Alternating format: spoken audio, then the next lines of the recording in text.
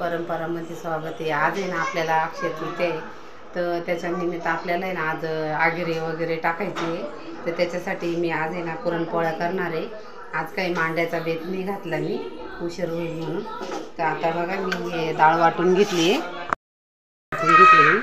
ते बघा पुरण पण असं मस्त चिकन असं वाटायचं आहे आणि पीठ पण मळून झाले। आता मी तुम्हाला पोळ्या करून दाखवते।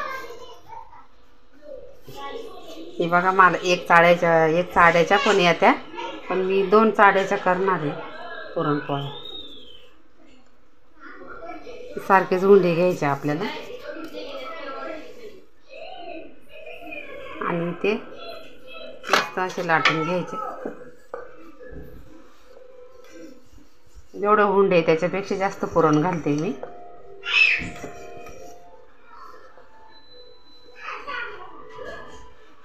हे बघा असे लाटून घ्यायचे छान मस्त।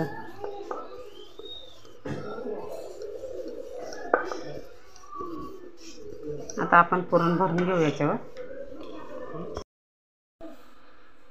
हे बघा पुरण असं एकदम भारी चिकन पाहिजे, सगळं असं काठोकाठ पसरून घ्यायचं।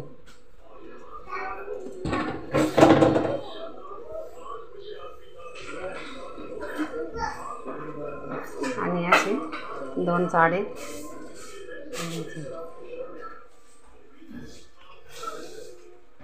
म्हणजे बघा त्याचे काठ सगळे दाबून घ्यायचे असे।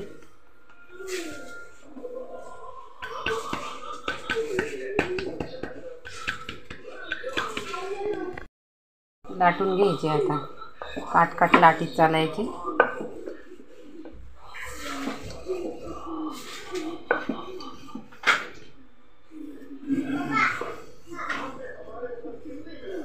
बघा असे एकदम गोल गरगरीत अशी मस्त लाटून घ्यायची पोळी।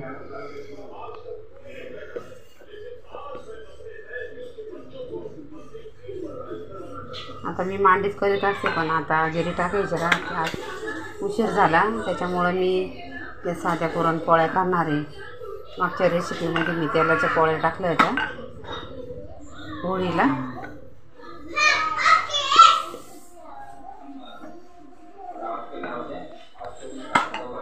आता पुरणपोळ्या टाकते।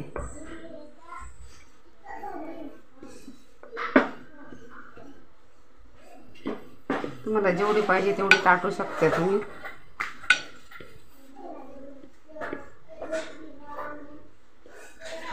काठ सगळे मस्त असे लाटून घ्यायचे। हे बघा अशी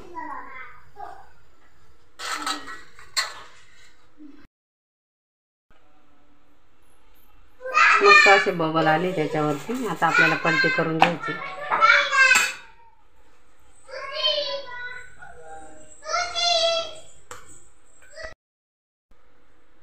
आता मस्त अशी फिरून भाजून घ्यायची आपल्याला। तेल तूप काय लावायचं ते नंतर लावायचं, आधी भाजून घ्यायची चांगली।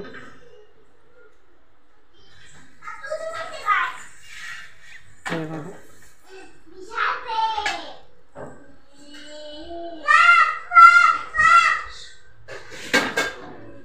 पोळ्या करून घेणार आहे अशा।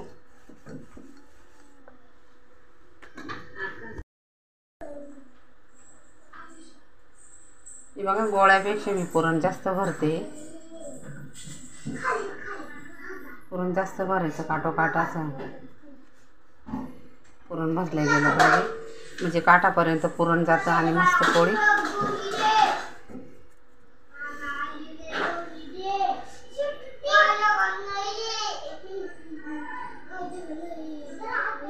आणि अशी व्यवस्थित 1 चाळ्याची पण येते आणि 2 चाळ्याच्या पण येत्या। मला तेलावरच्या येत्या, साध्या येत्या, 1 चाळ्याच्या पण येत्या आणि मांडे पण येत्या। आज मी मांडे काही केले नाही आहे, आज आपल्याला साधी पोळी करणार आहे मी।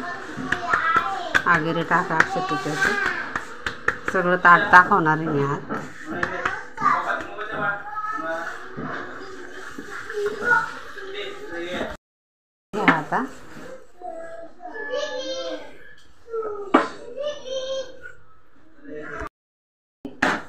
आता आपण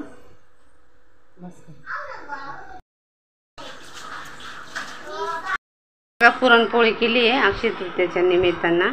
हे बघा पुरण कसं मस्त भरलेलं आहे, तेव्हा काठोकाठ पुरण भरलेलं आहे.